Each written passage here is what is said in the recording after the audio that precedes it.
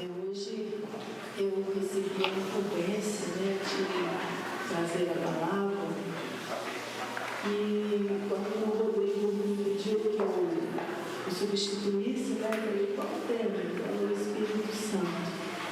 Me deu um temor, aí eu preparei a palavra, para não ter palavra preparada, mas quando foi ontem de manhã, eu estava orando pela palavra, orando, o Senhor pensou, o Senhor mudou. Aí o Senhor mudou a palavra. Ainda sobre o Espírito Santo, mas o Senhor mudou o que eu tinha preparado. Depois, se alguém puder trazer uma água para mim, eu agradeço. E hoje nós vamos falar sobre o templo do Espírito Santo.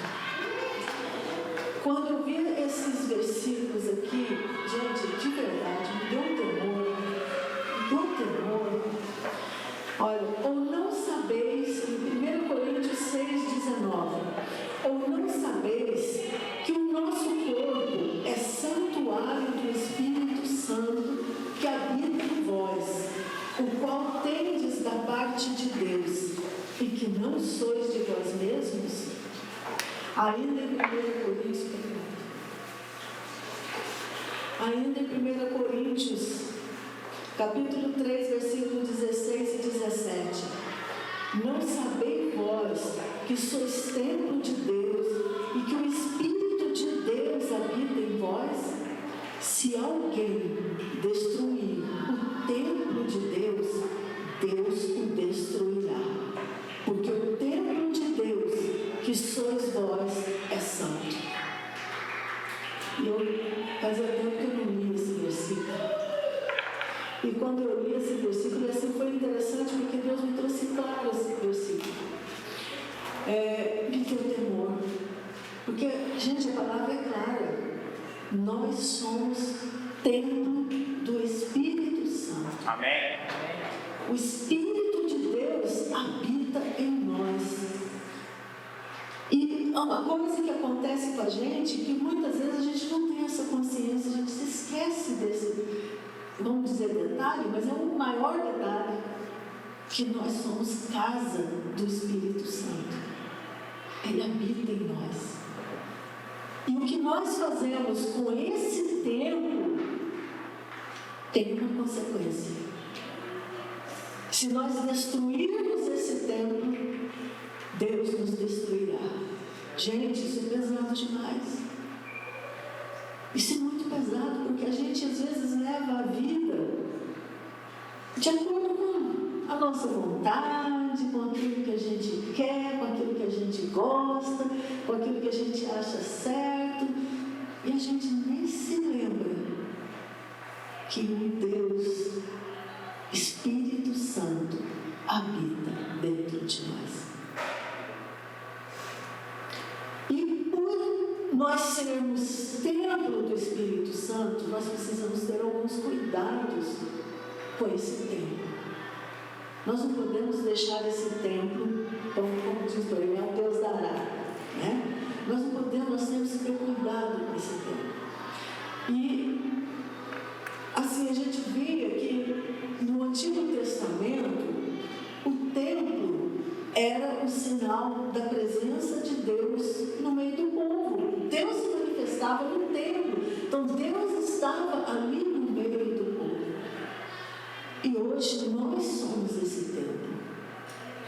Deus, se esse templo aqui estiver vazio, é só um prédio.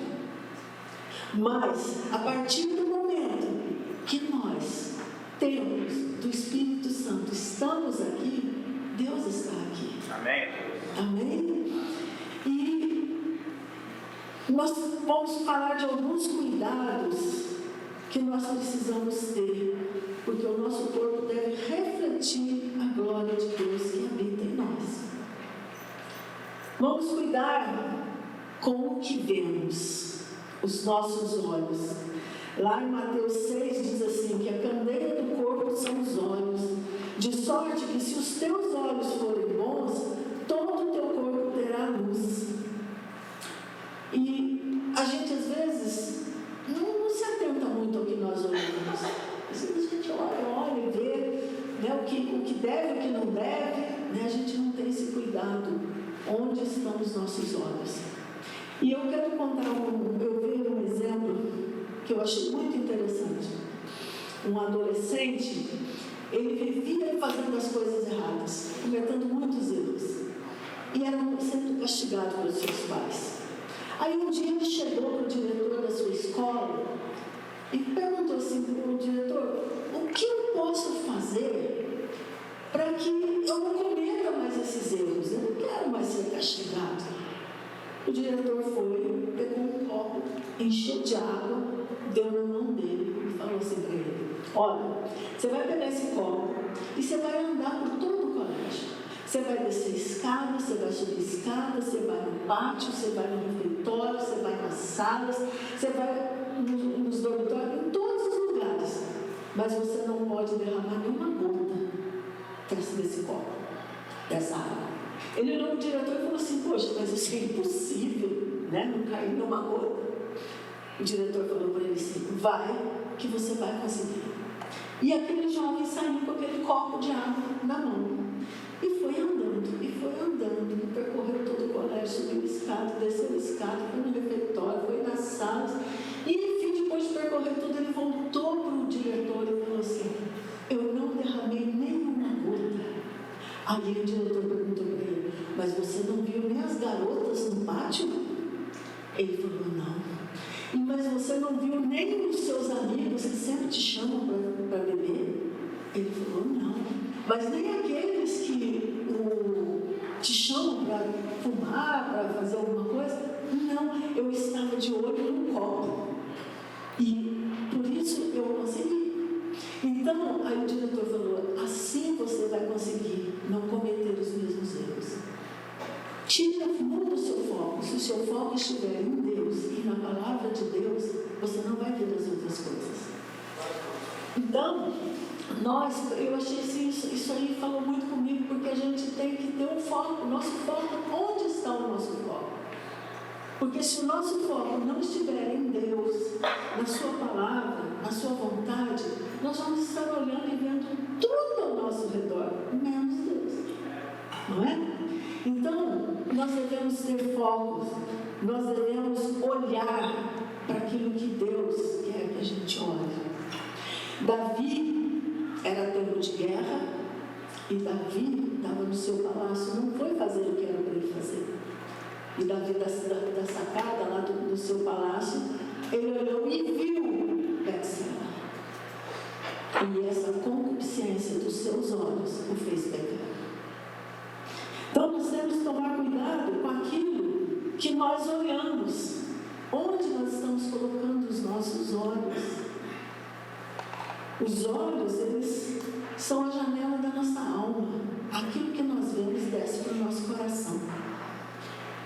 Eu acho muito interessante isso que fala: nós nos tornamos aquilo que contemplamos. Se nós contemplamos o Senhor, nós vamos nos parecer mais com Ele. Mas se nós contemplamos as coisas do mundo, nós vamos estar mais parecidos com o mundo. Outra coisa que nós devemos cuidar: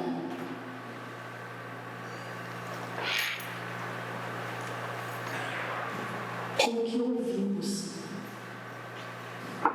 A palavra diz em Romanos 10:17: a fé vem pelo ouvir, e o ouvir da palavra de Deus. Os nossos ouvidos estão sempre abertos, sempre atentos, para o bem ou para o mal, não é? Nós podemos gostar de ouvir uma fofoca, gostar de ouvir algo que não agrada ao Senhor, gostar de ouvir, né, coisas assim que vão nos trazer abatimento, trazer desânimo. O que não nos edifica e o que não nos faz crescer na fé e na santidade, nós não devemos dar ouvidos. Tem uma historinha que eu vi que eu achei muito interessante. Eu gosto de historinha, gente. Eu gosto muito de historinha. E era uma corrida de sapinhos. sabe? Ia ter uma grande corrida de sapinhos. E esses sapinhos iam ter que subir uma torre muito alta. E a cidade toda estava lá para assistir a corrida dos sapinhos. E eles, em volta, ali começou a corrida. E o povo começou assim: ah, coitadinhos, eles não vão conseguir. É muito alta essa torre, eles são pequenininhos, eles não vão conseguir subir essa torre. E aí desistiu. E eles conseguiam, iam continuando, mas o povo estava penalizado com os sapinhos, que os sapinhos eram pequenininhos e não iam conseguir subir aquela torre. E assim, à medida que iam subindo, um a um, foram desistindo.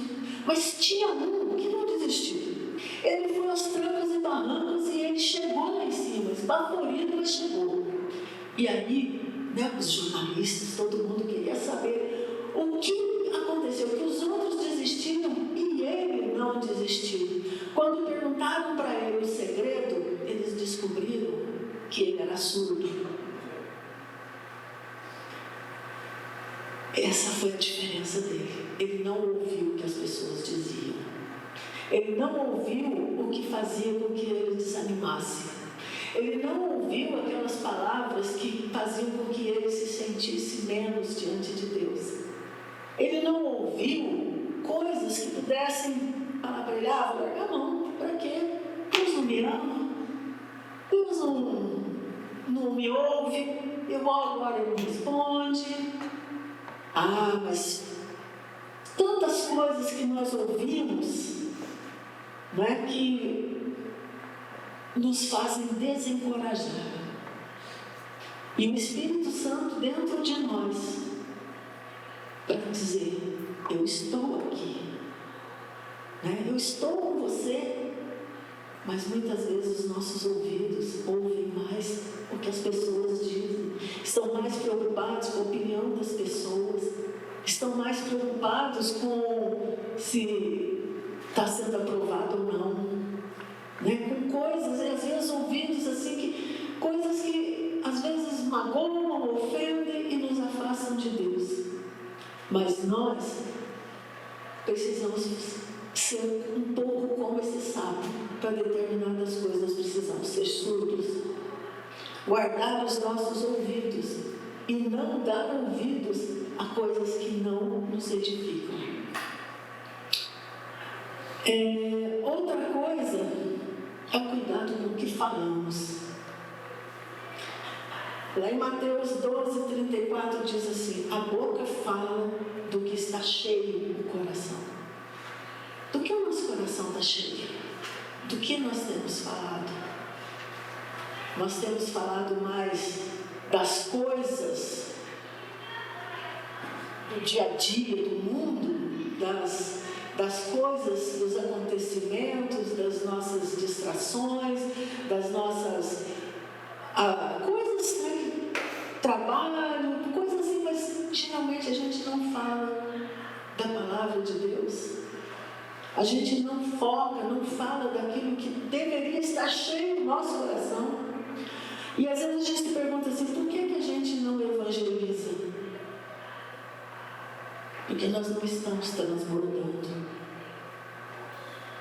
Porque nós não estamos tão cheios quanto no começo, quando nós ouvimos pela primeira vez e a gente se deleitava, a gente queria ler, a gente queria ver e a gente queria falar. A gente queria converter todo mundo, não é? A gente queria falar, mas por que com o tempo a gente não fala tanto? Porque a gente vai se acomodando e as nossas palavras vão perdendo aquele fogo. Nossas palavras devem ser equilibradas e conduzidas pelo Espírito Santo. Em Colossenses 4:6 diz assim: a nossa palavra seja sempre agradável, temperada com sal, para que saibais como nos convém responder a cada um. Palavra temperada com sal. Uma coisa sem sal, sem tempero, é sem graça, não é? A gente não gosta de comer nada sem sal. Jesus fala que nós somos o sal da terra. Nós somos o tempero desse mundo. Nós somos a preservação desse mundo. E a nossa palavra tem que ser como nós somos, sal da terra. Nossa palavra tem que ser temperada com sal, tem que ser equilibrada, tem que servir para edificação. Se não for para edificar, fica quieto. Se não for para incentivar alguém, não fala. Devemos vigiar para não ofender o nosso irmão, não falar mentiras, seja a nossa palavra sim, sim ou não. As palavras podem ferir mais que uma surra. Elas vão para o coração e causam feridas e dor. Devemos cuidar das nossas brincadeiras. Algumas brincadeiras às vezes têm um fundo de verdade e magoam as pessoas. A gente tem que refletir naquilo que a gente fala. É melhor ficar quieto, não falar nada, do que falar besteira, do que falar aquilo que não edifica, do que ofender o irmão. Às vezes você quer ser tão engraçado e às vezes você faz uma brincadeira com o irmão para que as pessoas zombem, riem e te achem o máximo, mas aquela brincadeira às vezes está abrindo uma cratera no coração do irmão. É como se, sabe, ali aquela ferida, porque às vezes aquilo já está aberto ali e uma brincadeira de mau gosto vai ofender o irmão, vai acabar com o irmão. Então nós devemos cuidar das nossas brincadeiras, cuidar das nossas palavras. Ela fala lá que a igreja primitiva, o que eles falavam? Eles cantavam salmos, hinos, falavam da palavra, não é? E hoje a coisa mais difícil que tem, gente, é alguém chegar para o outro e falar assim: olha, hoje Deus me falou uma coisa, posso compartilhar com você o que Deus falou comigo? Mas a gente quer contar o resultado do futebol, quer contar o resultado não sei do que, o que aconteceu lá, o que foi lá.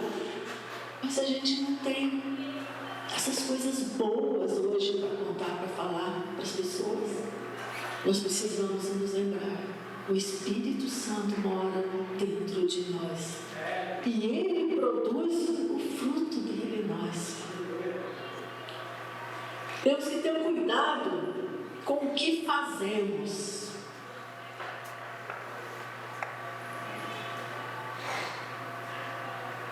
Em 1 Coríntios 6, 12 a 19, todas as coisas me são lícitas, mas nem tudo me convém.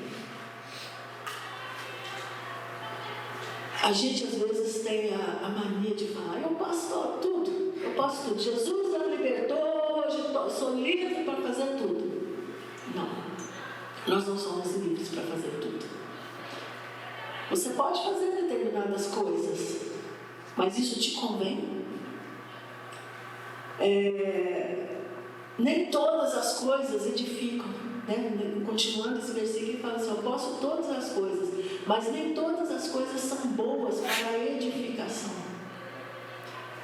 O que eu vou fazer, eu posso fazer, mas será que se o meu irmão me ver fazendo, ele vai se escandalizar? Ele vai pecar, ele vai julgar, ele vai transgredir por causa da minha atitude? A Lada fala: se for para escandalizar o irmão, não coma nem beba. Então aquilo que a gente vai fazer tem um peso na vida. Nós não somos um ponto isolado no mundo. Tudo gira ao nosso redor. Nós somos espelho. As pessoas nos veem. Às vezes a gente acha que está escondido, que está invisível. Nós não somos invisíveis. As pessoas nos veem, as pessoas nos leem, as pessoas analisam.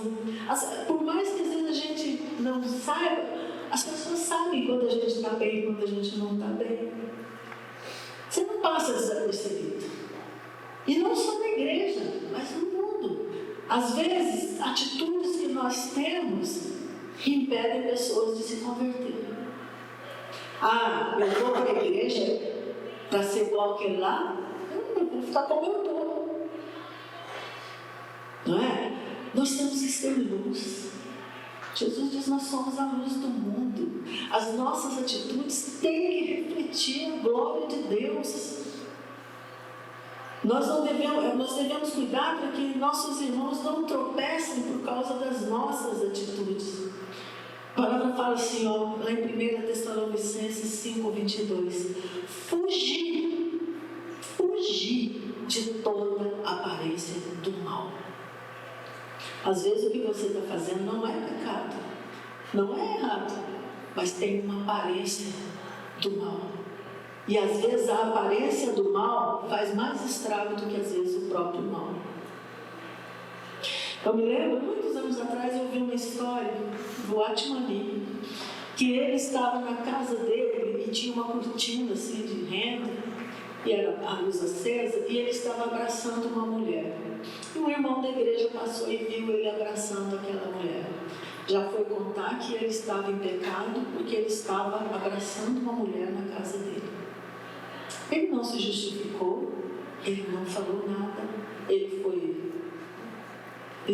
desligado da igreja, aquela coisa toda. E anos depois, muitos anos depois, foram descobrir que aquela mulher que ele estava abraçando era a mãe dele.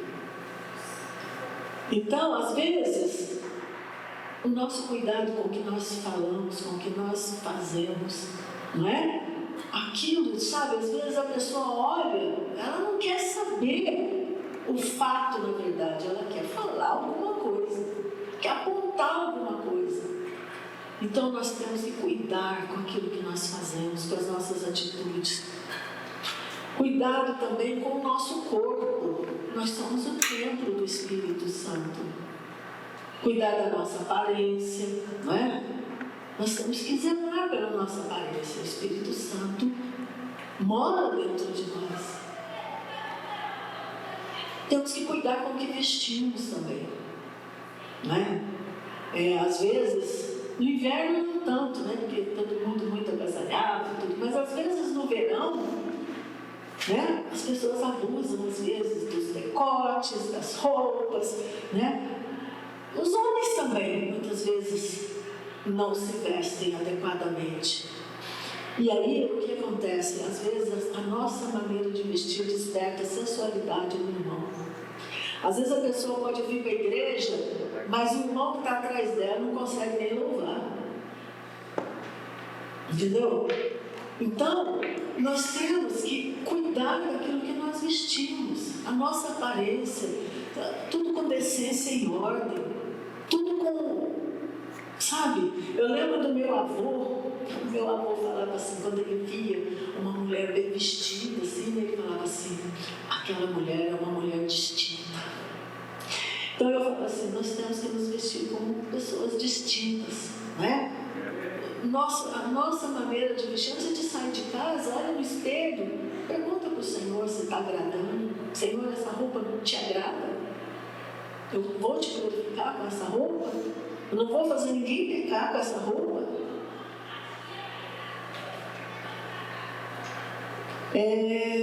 Nós temos que cuidar de ser exemplo de uma vida reta e santa diante de Deus.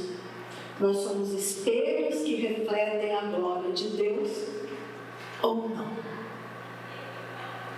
O que nós estamos refletindo?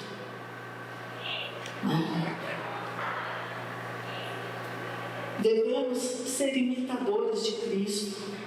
Devemos fugir das obras da carne. Lá em Gálatas fala, né? As gritarias, as orgias, prostituição.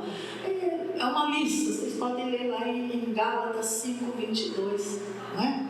As obras da carne. Nós devemos fugir dessas obras da carne e deixar que o Espírito Santo produza em nós o fruto dele, né? Alegria, paz, amor. Nós devemos ser santos. Em 1 Pedro 15:16, fala, sede santos, porque eu sou santo.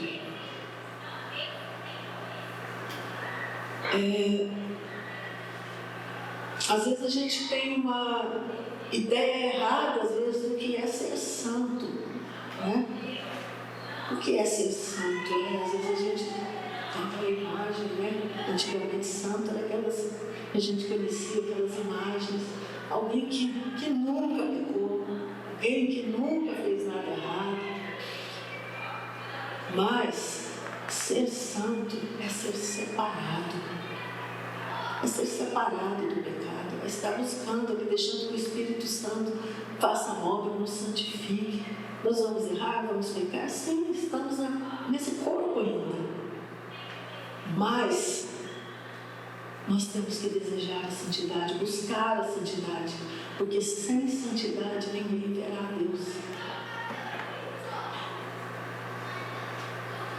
Assim, já para finalizar, finalizando, eu falo assim que minha palavra é curta.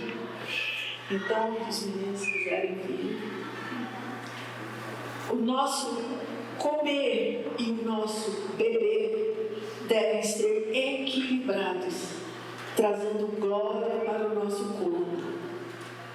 Se destruirmos esse templo, Deus nos destruirá. Que o Senhor tenha misericórdia de nós e nos capacite a trazer o nosso corpo em honra. Vamos nos colocar em pé, vamos orar.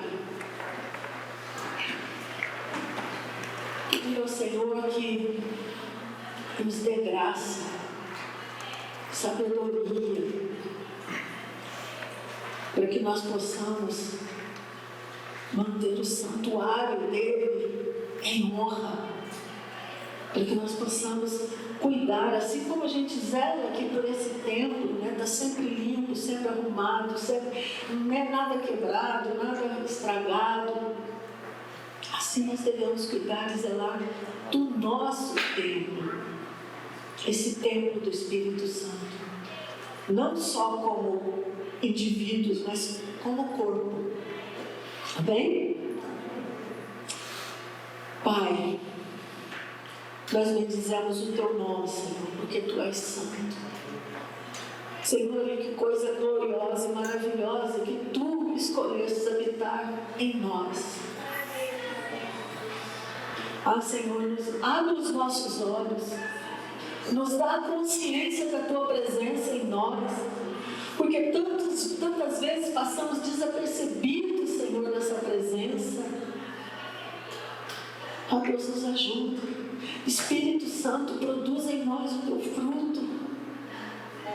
Nos capacita a fugirmos das obras da carne. Senhor, põe guardas nos nossos olhos, nos nossos ouvidos, na nossa boca, Senhor. Guarda o nosso coração, Senhor. Nos ajuda, Senhor. Nos ajuda na nossa fraqueza, Senhor. Tua palavra diz que o Teu Espírito intercede por nós nas nossas fraquezas. Intercede por nós, Senhor, nas nossas fraquezas. Nos ajuda a vivermos uma vida reta e santa diante de Ti.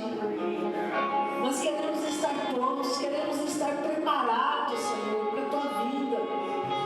Não queremos ser pegos de surpresa, com a nossa roupa desarrumada, com o nosso templo bagunçado. Senhor, nos ajuda a limpar esse templo, a tirar as teias de aranha, a tirar toda a poeira, a tirar toda a sujeira, tudo aquilo que não Te glorifica, Senhor. Nos capacita, Senhor. Nos capacita.